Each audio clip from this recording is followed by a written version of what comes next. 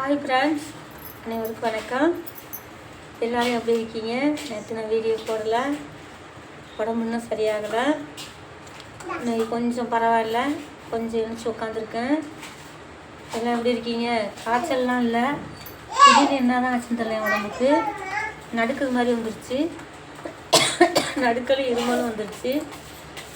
காய்ச்சல்லாம் இல்லை, பரவாயில்ல, தேறிட்டேன், கொஞ்சம் தேறி இருக்கேன். ஆனால் வேலைக்கெல்லாம் போக முடியுமா என்னன்னு தெரியல.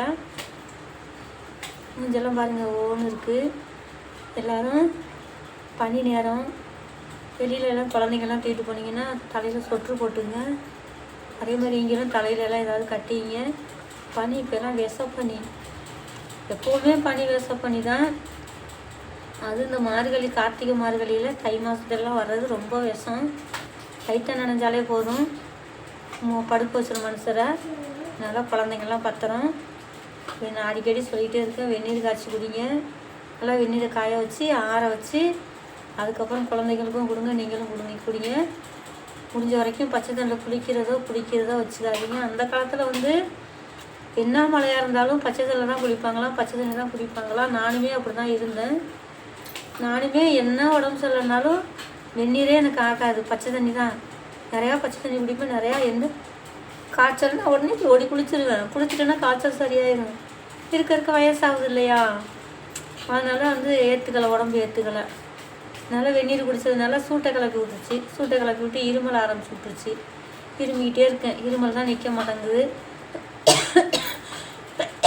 இருமல், சளி, காய்ச்சல்லாம் ஒன்றும் இல்லை. நீங்களும் அதே மாதிரியே வெந்நீர் நல்லா காய முடிஞ்ச வரைக்கும் ஜீரகம் போட்டுங்க, இஞ்சி இதெல்லாம் போட்டு இஞ்சி மிளகு ஜீரகம் வெந்தயம் எல்லாம் போட்டு நல்லா கொதிக்க வச்சிங்க. கொதிக்க வச்சு வடிகட்டி நல்லா இளம் சூடாக இருக்கையில் குடிங்க.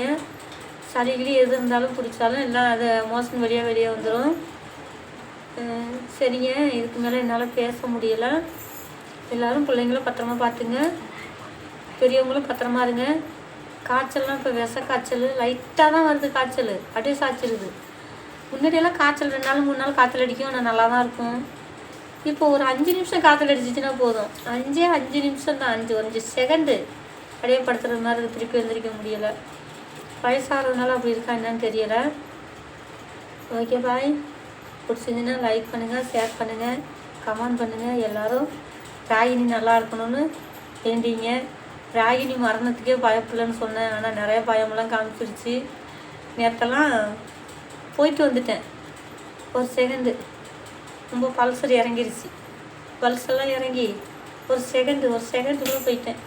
மரணத்துக்கு பயப்பில்லைன்னு சொன்னேன், ஆனால் முருகன் வேலை கையிலே வச்சுக்கிட்டு இருந்தேன் நேரத்தெல்லாம். ஏன் என் பேர பிள்ளைங்க இருக்கு இல்லையா, அவங்கள பெரிய பிள்ளையாக்கணும் இல்லையா. பொம்பளை பிள்ளைங்க வீட்டில் பெரியவங்க இருக்கணும்.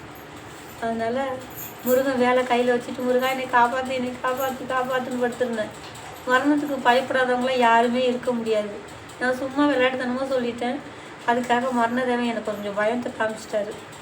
பிடிச்சிங்கன்னா லைக் பண்ணுங்கள், ஷேர் பண்ணுங்கள், கமெண்ட் பண்ணுங்கள். உங்கள் MS Meenakshi Ragini. Okay bye.